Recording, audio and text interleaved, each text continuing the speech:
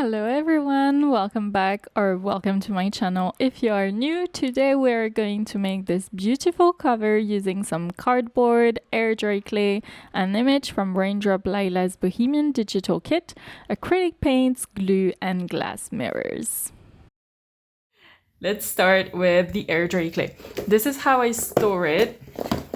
I just put a clip-on Tupperware and, well, this is quite dry. I usually put some paper at the bottom with water, which is what I'm going to do now because apparently it's gone.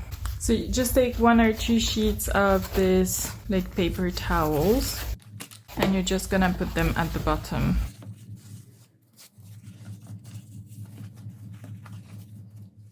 And with this technique you can keep your air dry clay for months, literally. I know that because that's how I do it. And you can also use this technique for your acrylics, which is really cool. You just put it on top and you close it up, and next month it's going to be perfect. Alright, so I'm thinking I might want a smaller picture, otherwise there's just gonna be no space for textile, and yeah, there's gonna be no space whatsoever if I do this, but it's so pretty. Okay, so we're just gonna grab one and I'm going to figure out where the center is with my ruler and a pen. This is 22 centimeters. The drawing is about 13 centimeters. My math skills are not what they used to be. You know, I used to be actually good in maths.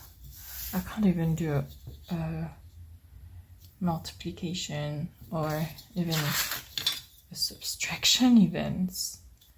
It's insane. Okay, so I think this is our square here, where the picture should go. It's a little bit smaller than the picture because there's a thing around it. And now let's start with the air dry clay. Since it is a little bit dry after like a year of not using it, I had to condition it by adding some water and kneading the clay. Once it feels more pliable and smooth in my hands, I am rolling some coils to decorate the cover. Some around the photo to act as frames, others pretty much wherever I feel will look nice, and adding some decorating sculpting with my sculpting tool. Then I am using my finger and some water to smooth out any imperfections. Now we just need to let this dry. Then I'm going to glue it onto the cardboard and then we're going to paint it and put all of our little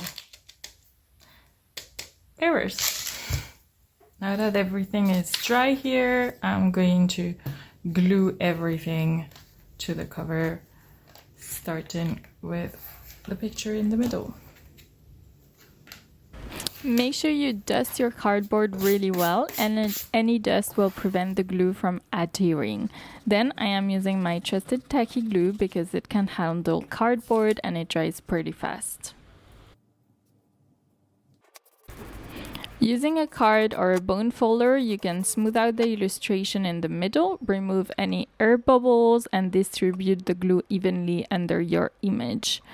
And I decided to try using the tacky glue to glue the clay elements to my cardboard. Why not? It was at hand.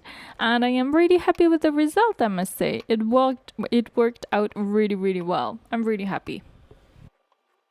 Now I'm just going to let the glue dry, put something heavy on it and see if it works. And then we'll fill in the gaps and paint it and stuff. Now that we're here and everything is pretty dry, I've packed up a couple of the holes that we had with some other air dry clay, like over here, so a little bit everywhere.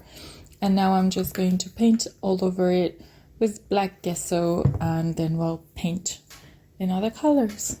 Gesso is very similar to acrylic paint, only thinner. You can get it in black or white. My white one is very, very bad quality, so you need a lot of layers for anything to look white, so I'm using my black gesso instead. It's from Boho Studio. It dries hard, making the surface more stiff. Gesso prepares or primes the surface for painting, making the surface slightly textured and ready to accept acrylic paint.